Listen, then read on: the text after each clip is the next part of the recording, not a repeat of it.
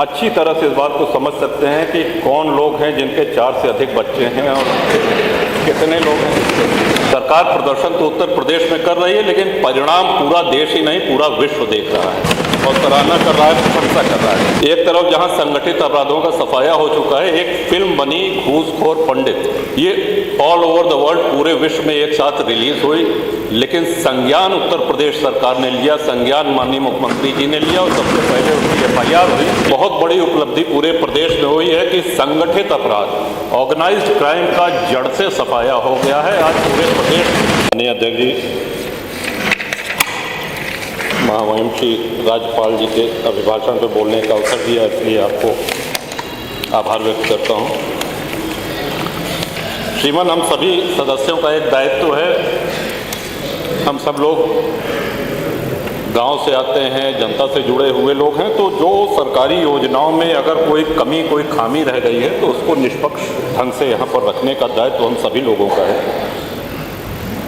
अभी हमारे पहले मनोज पांडे जी कह रहे थे, उनकी बातों को उनसे अपने को संबद्ध करते हुए ये कहूँगा कि एक बहुत बड़ी उपलब्धि पूरे प्रदेश में हुई है कि संगठित अपराध, ऑर्गेनाइज्ड क्राइम का जड़ से सफाया हो गया है आज पूरे प्रदेश में। ऑर्गेनाइज्ड क्राइम नाम की कोई व्यक्तिगत रंजिश में घटनाएं होती हैं वो एक अलग विषय है, लेकिन उन घटनाओं के बाद जिस तरह से पुलिस कार्रवाई करती है उससे बहुत से लोग हतोत्साहित होते हैं।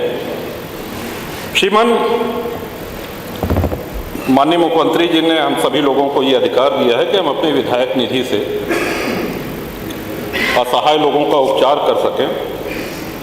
उसमें कुछ नियम अगर शिथिल कर दिए जाएं या सुधार दिए जाएं तो मैं समझता हूं कि काफ़ी लाभ हो सकता है। जैसे उसमें एक क्लॉज है, साध्य और असाध्य रोग। हम लोग जिसके लिए लिखते हैं ये आवश्यक है कि उसका रोग असाध्य होना चाहिए, तभी वो स्वीकृत होगा। उदाहरण के लिए हार्ट, कैंसर, गुर्दा, मूत्र रोग, अस्थि रोग और थैलीसीमिया, ये इसमें वर्गीकरण है। मान लीजिए किसी का बहुत बुरा एक्सीडेंट हो जाए, उसकी हड्डियां टूट जाएं, या अभी हाल में ये ब्रेन ट्यूमर का पेशेंट था, उसको इस लिए नहीं स्वीकृत हो पाई राशि कि ये साहब असाध्य रोग नहीं है। तो जो भी घर वाले हैं वो तो इसी उम्मीद में उपचार कराते हैं कि ये साध्य हो जाए, सध जाए, स्वस्थ हो जाए। तो अनुरोध है कि अगर विधायक निधि से जो हम लोग देते हैं उसमें से ये असाध्य शब्द हटा दिया जाए। सरकारी अस्पताल में पैसा जाता है और बहुत से लोग ऐसे हैं जो अपना इलाज कराने में सक्षम नहीं हैं, तो मैं समझता हूँ कि काफ़ी लोगों को इससे लाभ होगा। इसी के साथ साथ श्रीमान, पिछले वर्ष भी हमने करा था कि आयुष्मान कार्ड के लिए जो पात्रता है उसमें जो 7-8 बिंदु दिए गए हैं, उसमें 9वां बिंदु है कि यदि कोई 60 वर्ष का है, उसका राशन कार्ड 2019 से है, तो उसमें जो सदस्य 60 वर्ष के हों, यानी पति पत्नी दोनों 60 वर्ष के हों।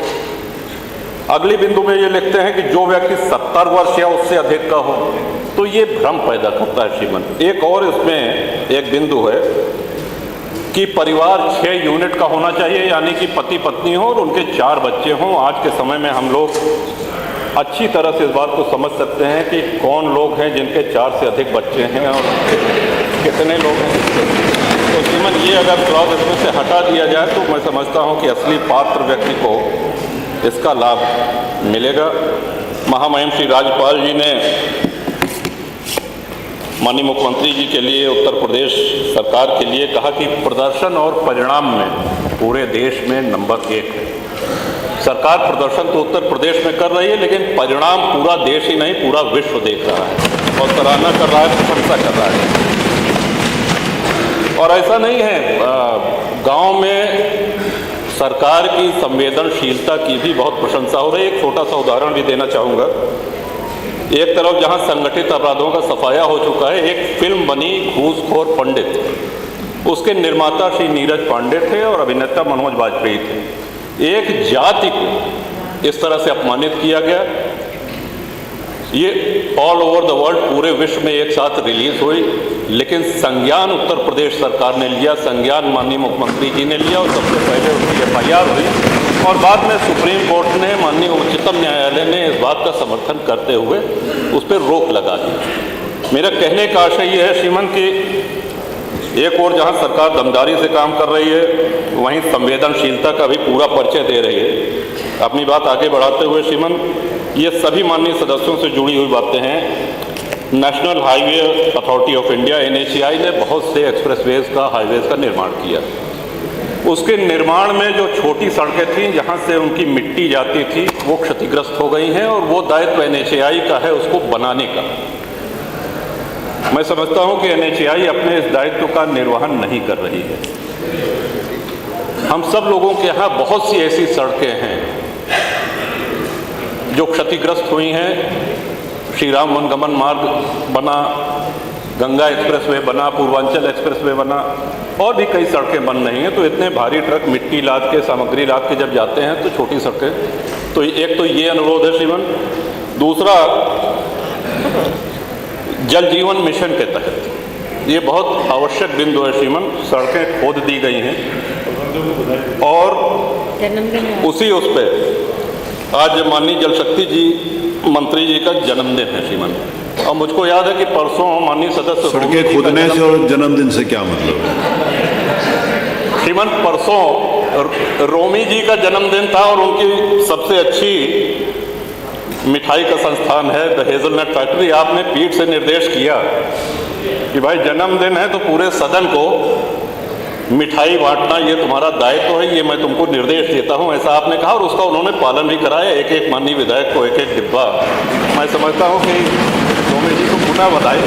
तो आज इनके जन्मदिन पे एक निर्देश ये आप अवश्य दे दें माननीय जल शक्ति मंत्री जी को कि अगला जन्मदिन आने के पहले जो जो जल शक्ति की सड़कें क्षतिग्रस्त है, माननीय मंत्री जी इसको गंभीरता से दिखवा लिया जाए।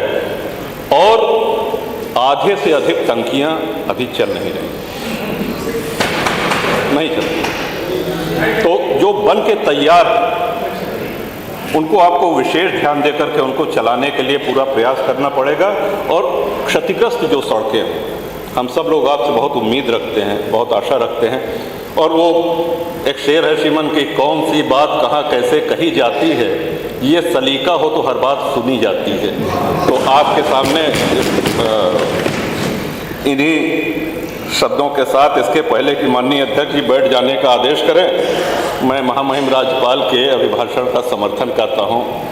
जय हिंद, वंदे मातरम। माननीय नेता प्रतिपक्ष आदरणीय श्री माता जी जी, नहीं एक मिनट बैठिए, मैं आपने कुछ कहा, मैंने सुना नहीं, प्लीज। माननीय अध्यक्ष जी, हमारे दुर्गा प्रसाद जी बहुत वरिष्ठ सदस्य